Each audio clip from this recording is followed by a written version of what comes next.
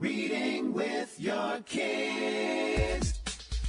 Hola, ni hao, konnichiwa, assalamu alaikum, shalom, mahaba, moni miliwanji, namaste, jambo, bienvenidos. Hi, my name is Jedley, and this is the Reading with Your Kids podcast.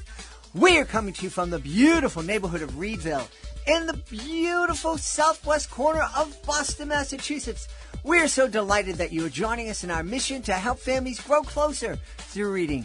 Please be sure to subscribe to the show in the iHeartRadio app, on Spotify, Amazon Music, Apple Podcasts, Ghana, Himalaya, Stitcher Radio, Podcast Addict, Good Pods, wherever you find your podcast. Our guest today is Miri Leshem-Pelly. She is here to celebrate Penny and the plain piece of paper.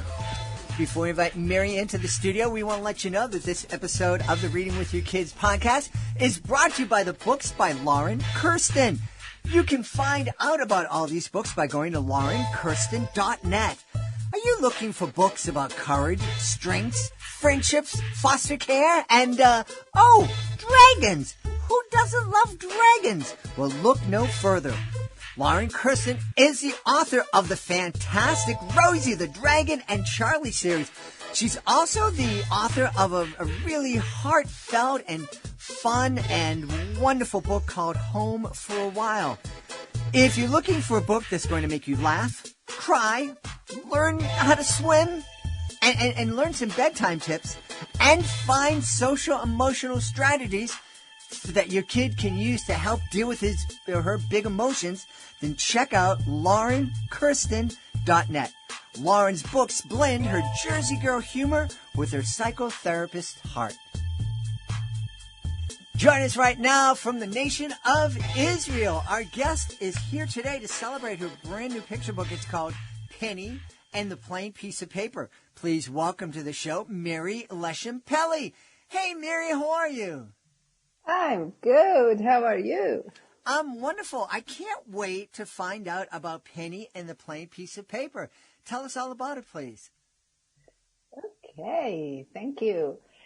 So, Penny and the Plain Piece of Paper is a book that I've written and illustrated, and it is all about creativity. And Penny is a doodled little girl, and she lives on a plain piece of paper. That's where she was born. But she doesn't like it. She thinks that a plain piece of paper is a boring place because there is nothing on it. And then she decides that this is not the place for her. So she just goes off the page, out of the plain piece of paper, and she is looking for other pieces of paper which might be more interesting and more fun. For example, she goes into a newspaper, and there are many things to read there, and there are photographs, and she meets Mr. Important that is portrayed there.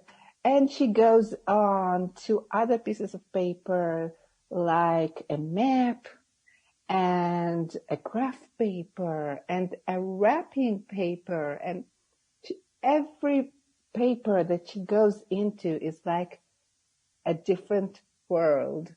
And what Penny discovers is that each paper has its own rules. And these rules are not all the time the best that she was expecting things, and things are not as she expected.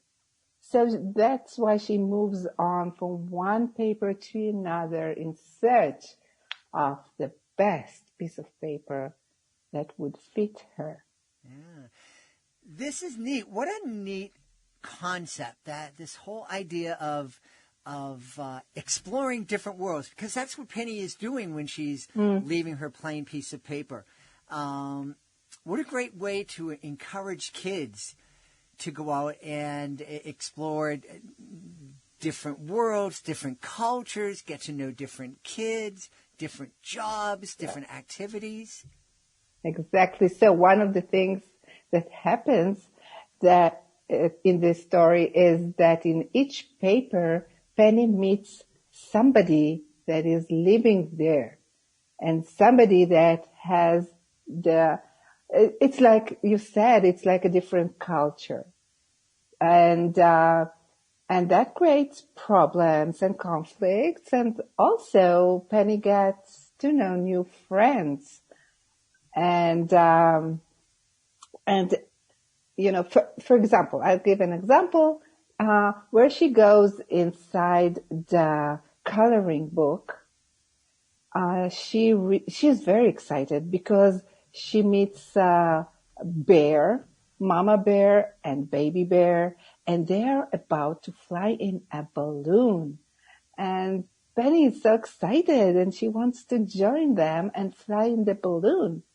But they tell her that the rule in a coloring book is that everything has to be without colors and surrounded with a black outline. Everything. And Penny is not like that. Mm-hmm. So they offer to transform her and to make her also have an outline and no color. But Penny is so colorful. So when they take out her colors, she feels awful. This place is not for her. Mm-hmm. So that's how she keeps going and exploring and looking for the best place for her. Mm. But this book is also about a plain piece of paper and what is a plain piece of paper for us. Mm-hmm. Mm-hmm. Because what I want to show kids is that a plain piece of paper is where you can start creating.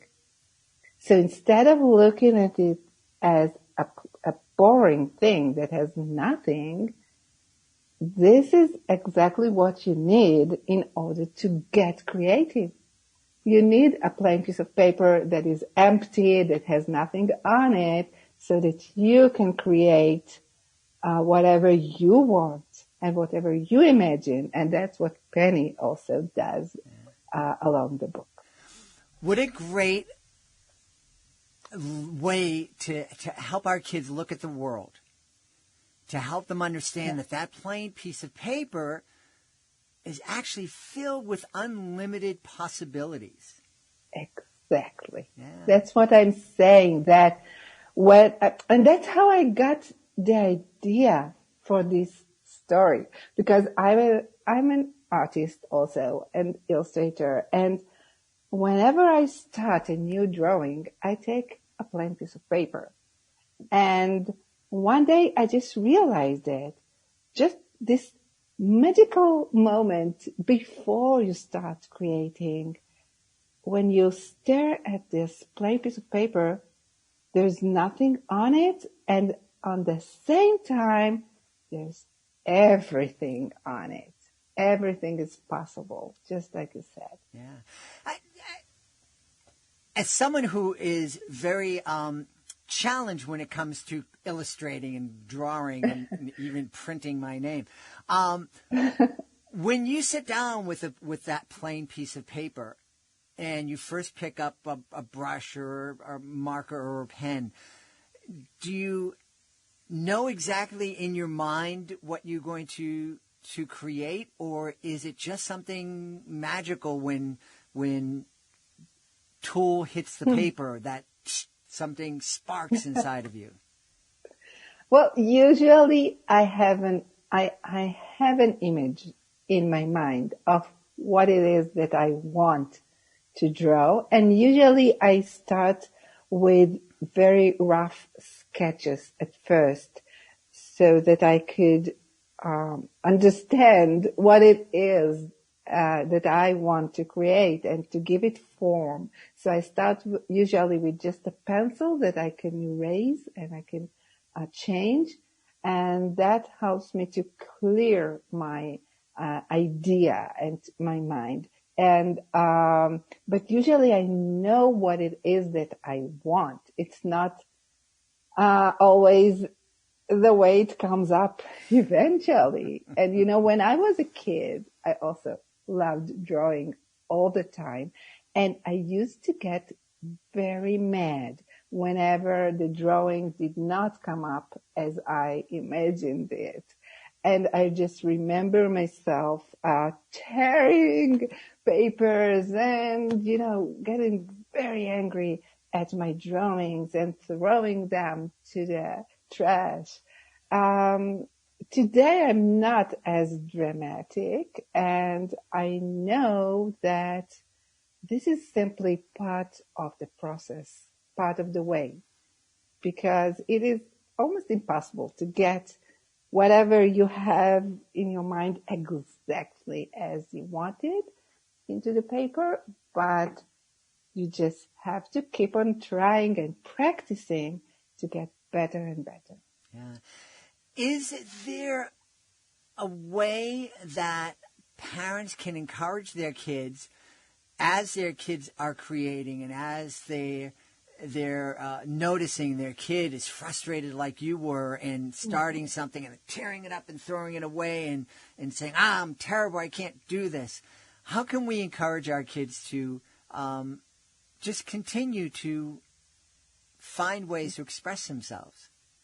Well, I do a lot of workshops with kids, and so I really, and I'm also a mother, so I know these things also in person. And the most important thing is to teach kids to love the process and to let them feel that this is the most exciting part and not the result.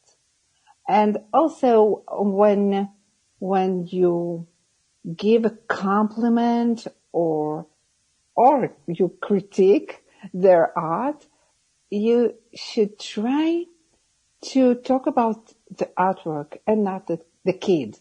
Don't tell him you are not talented or you are, you can always just tell them, try again, and show them what are the good things about what they created. Mm-hmm. Usually it's not 100% terrible. Mm-hmm. So let's find what we can improve and learn from this and do better on the next one. Yeah. Those are some really wise suggestions. Instead of looking at that animal that you're not quite sure what animal your kid drew, you can just say, I really love the tail. I love how the way it's, I can feel it moving, and that's wonderful, as opposed to saying, I don't know what that is, kid. But you can also ask them. Mm-hmm. Usually they have very interesting questions. Mm-hmm. When you ask them, what did you draw? Tell me, You don't have to tell them, I don't understand what this is. This mm-hmm. is just a scribble. Hey, and if you don't understand what the art is, perhaps your child will grow up to be a modern artist. Abstract, yeah. I also really love the idea of helping our kids understand that it's really important to love the process and not necessarily the result. I'm thinking of times in my life, when I played soccer or football. I loved playing. If we won, great. But, there's so many times when you're out there and you're not involved in a game, but you're out there and practicing and kicking the ball and running. And I just loved that. And if we can, and there's so many things like that, like dance and music. And if we can help our kids understand that, hey, just sitting down and being creative and trying to take those images that are in your mind and put them down and communicate them on paper is really fun, and that's what's to love. Yes, just enjoy it. I mean, For example, if you just give your kids some brushes and paint and you're just playing with it, not to create a specific image, but just to see what the paint does on the page and how to mix different colors and, just to play with it. And that's the fun part. Yeah. So I think every kid could love that. Yeah. And enjoy it. I wanted to go back to what we were talking about at the beginning. In Penny is exploring all these different pieces of paper and all these different worlds and all these different rules that she's encountering. And basically, it's kind of like our kids when they're meeting different people, different cultures. They're meeting people who have like different things, communicate in different ways, have different rules, and some of those worlds, some of those cultures aren't going to feel right to us, and that's okay. Exactly. And I think it's important for us to help our kids understand we may not agree with everybody, and we may not be able to see the world in the same way as everybody else, and that's okay. It doesn't make them necessarily wrong. It just means we're different. All. Also, in this book, Penny is not angry or she doesn't think that others are wrong. So all the other characters that she meets become her friends, even though they have very different lifestyle. And in the end, I don't want to do a spoiler, but they find a way to all of them create something together. Yeah. I'm imagining that Penny and the Plain Piece of Paper could be a really great launch pad for lots of great discussions and conversations with families.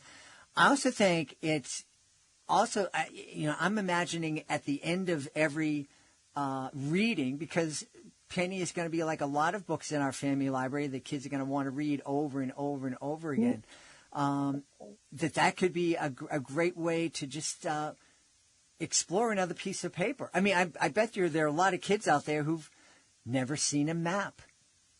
Right. Yes. They know the GPS. Especially today. Yes. So, yes.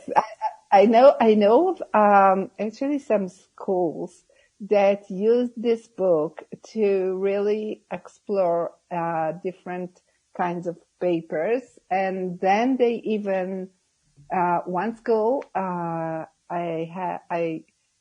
heard that they did an art activity with a collage of different kinds of papers. So children brought their different newspapers and maps and graph papers and all kinds of papers, and they created a collage so to get to know all these different papers. Wow, what a cool activity. Yeah. I really love that. Is there as you're creating Penny and the Piece of Paper, was there a type of paper that just kind of surprised you, that you thought of, that you included in the story?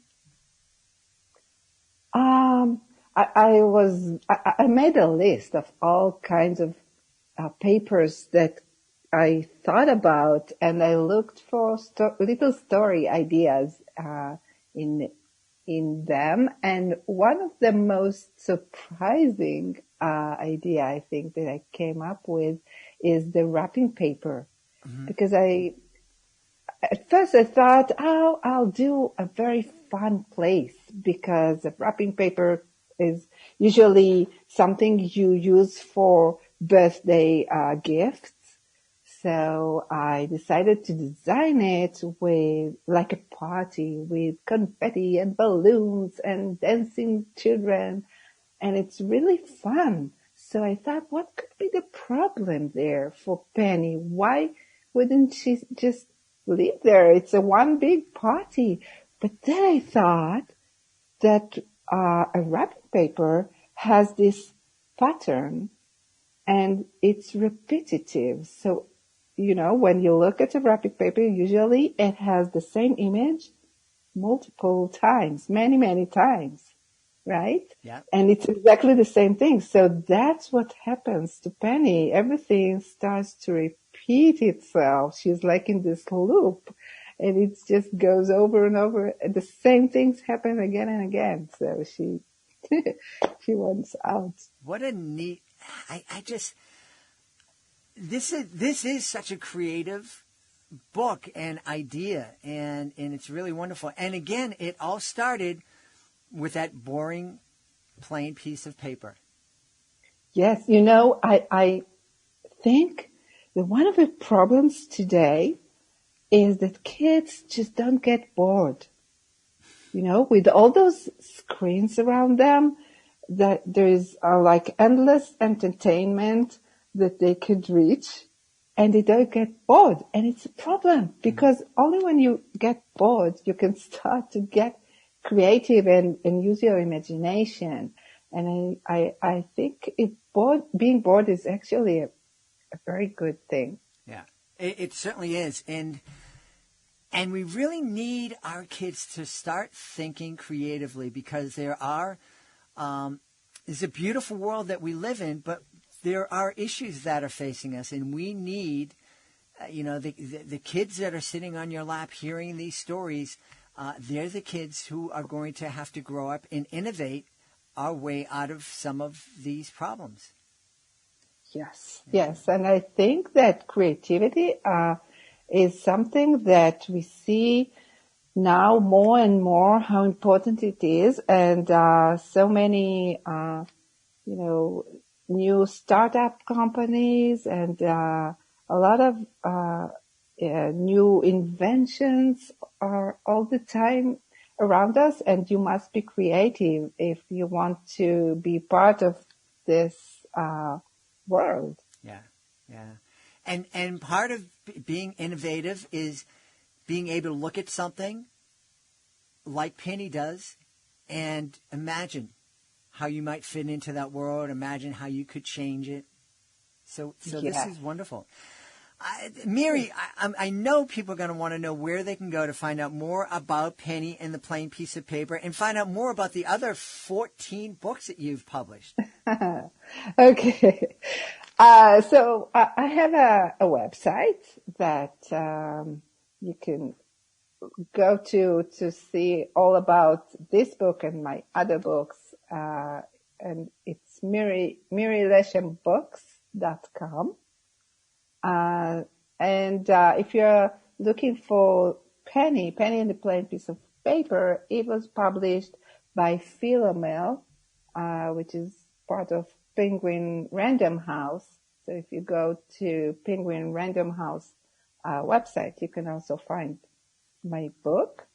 And as for the other books, I have one more book that is in English, and it's called Scribble and Otter. And it's also very imaginative and creative about an author talking to the scribbled character that this author created, and they are together creating the story. But all the other books are in Hebrew, and they are published in Israel. So only if you speak Hebrew, you're going to be able to read it. Wow. But by the way, Scribble and Otter was translated to 8 different languages. Oh, wow. Except for English. Yes, so neat. Well, we've had a wonderful time speaking with the author and illustrator of Penny and the Plain Piece of Paper, Miri Leshem-Pelly. Miri, thanks so much for being with us today. Thank you, Jed, for having me. I had a lovely time. Please be sure to join us for the next episode of the Reading with Your Kids podcast. Our guest will be our friend, Rajani LaRocca. She is back to celebrate her brand new picture book, I'll Go and Come Back. That's the next episode of the podcast. Hey, if you are the author of a fantastic children's book, we would love to help you celebrate the book and let the world know all about it. So many ways we can help you celebrate your book. You can be a guest here on the podcast, have a long-form conversation, letting folks know about your book, about your inspiration, a little bit about you. It's a great way to build your brand. It's fun, it's easy, and the best thing, it doesn't cost a thing. No need to pay anybody to facilitate your interview. No need to pay anybody to introduce you to us.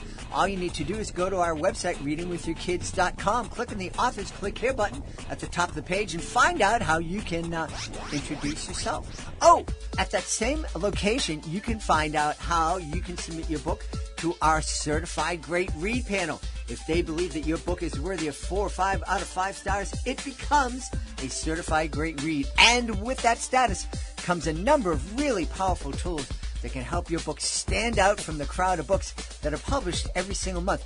Do you realize that there are thousands of books published every single month? Really hard to stand out amongst that crowd. We would love to help you do that, and our Certified Great Read program is doing that for so many authors. Oh, you absolutely want to check out our promotion packages. We can celebrate your books with commercials here in the podcast, messages to our 75,000 plus social media followers, and also display your book on our digital pedestrian billboards. We have a nationwide network of digital pedestrian billboards. This month, one of our billboards is smack dab on the route of the Boston Marathon. Thousands and thousands of people are going to be passing by that billboard in April. Learn all about it by going to our website, readingwithyourkids.com. Click on the author's click here button at the top of the page and scroll on down. Want to thank the folks who made today's show so wonderful. First, I want to start by thanking our guest, Miri Leshem-Pelly. Please be sure to check out Penny and the Plain Piece of Paper. Also want to thank my team, Fatima Khan, Rory Grady, Skylar Strauss. I want to thank my beautiful wife for all the support she gives me. Most of all, we all want to thank you. Thank you so much for taking the time to join us today. And as always, thank you so very much for taking the time to make the world a better place by reading with your kids. I'll be looking for you in the next edition of the Reading with Your Kids podcast.